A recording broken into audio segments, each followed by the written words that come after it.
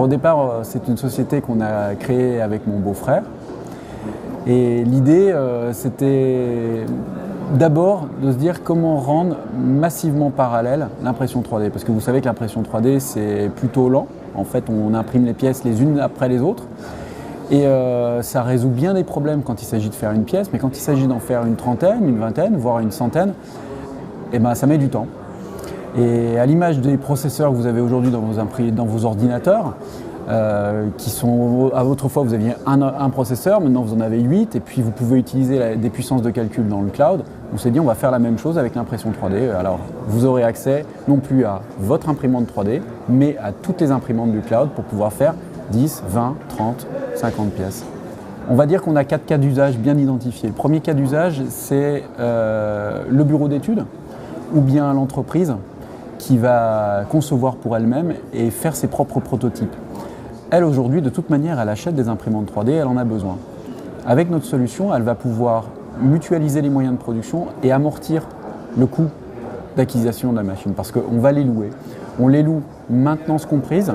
Il y a très peu d'entreprises qui font ça, 299 € par mois, avec la possibilité de laisser des gens qui vont utiliser via notre plateforme leur machine pour leur rapporter de l'argent. Et ça, c'est le premier cas d'usage. Le deuxième cas d'usage, c'est celui, on va dire, du multiservice. Aujourd'hui, vous savez que les multiservices, les buralistes, les gens qui vendent du tabac, les gens qui vendent de la presse, ils cherchent à étendre leur offre. Et puis, même à Paris, mais en tout cas sûrement dans des villes qui se désertifient, on a besoin de tout rassembler au même endroit. Pouvoir produire aussi dans ces espaces qui sont des lieux de vie, c'est encore un deuxième cas d'usage. Et puis on a le troisième cas d'usage, qui est ce qu'on appelle un peu le pure player. Sur Internet, vous avez des gens qui vendent des fichiers 3D, mais qui ne peuvent pas les monnayer parce que, au même titre que les MP3, au même titre que la musique, que la vidéo, ça se pirate. Avec notre système, c'est très simple. Le pure player n'a qu'à proposer l'impression 3D, la vendre, et puis automatiquement, une des machines de notre réseau va démarrer.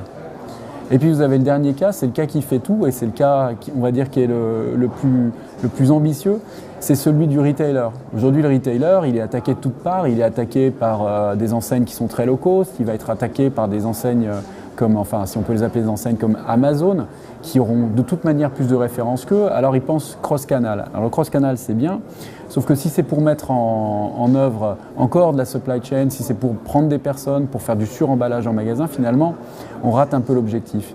Non, proposer des fichiers imprimés en 3D sur son propre site, envoyer le client dans son magasin le récupérer, et finalement décupler son offre sans décupler ses stocks, voilà ce que vraiment propose notre plateforme. Aujourd'hui, on est installé à Grenoble. Tout le monde sait que Grenoble est un microcosme ou peut-être un macrocosme bien basé sur la high-tech. On est dans le Carré, qui est l'accélérateur de la SS2I de Maya Technologies. Et cet accélérateur nous permet d'avoir autour de nous pas mal de professionnels de l'IoT, mais aussi de l'électronique et aussi de l'informatique. Alors on est avec une société qui a développé notre middleware qui s'appelle Sogilis. Donc Sogilis a développé toute la partie cloud pour nous. Et puis on a travaillé sur l'électronique avec la société notamment Maya Technologies. Et en interne, on fait tout ce qui est dessin finalement de la machine, mécatronique. Et puis tout ce qui est la partie la plus haute, on va dire tout ce qui est la web app. Tout à fait, puisque ce qu'on offre à nos clients, c'est un workflow. Donc à l'image de ce qui se fait un petit peu dans l'impression 2D, on donne on n'est pas vendeur d'impression 3D, on n'est pas, on va dire, un site d'impression 3D, on donne vraiment l'accès à l'impression 3D. C'est-à-dire que si votre machine est en panne, si vous n'avez pas de machine, vous avez toujours la possibilité de faire une impression. Et c'est la force du réseau, puisque les imprimantes sont accessibles depuis n'importe où, à n'importe quelle heure. Alors le processus n'est pas utilisable par tout le monde, et c'est pour ça qu'on a développé 2 axes. Le premier axe qui est un axe vraiment professionnel, où vous êtes un utilisateur de la 3D de toute manière, parce que vous êtes un professionnel qui dessinez vous-même vos pièces et vous avez besoin d'un prototype. Donc vous avez besoin, on va dire, de paramètres très précis pour cette impression 3D. Et là, vous utilisez notre application et ensuite vous imprimez soit sur votre machine, soit sur la machine de quelqu'un d'autre.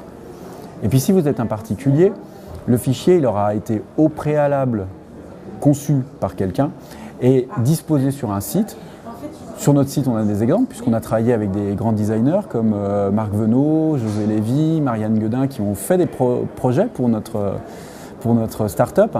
Mais aussi, on travaille en collaboration avec d'autres sites internet qui sont en train d'essayer de mettre en place notre API de connexion pour pouvoir dire je vends sur mon site internet des objets déjà en 3D, il ne reste plus qu'à appuyer sur le bouton. La question que vous auriez pu me poser, c'est où vous voyez dans 3 ans ? Et effectivement, cette question-là, beaucoup de start-upers se la posent.